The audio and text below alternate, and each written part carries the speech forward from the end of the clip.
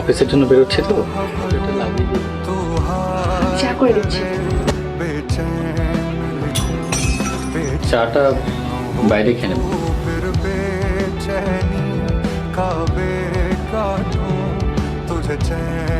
তিনটে বাজে না? হ্যাঁ, তিনটাই তো বাজে।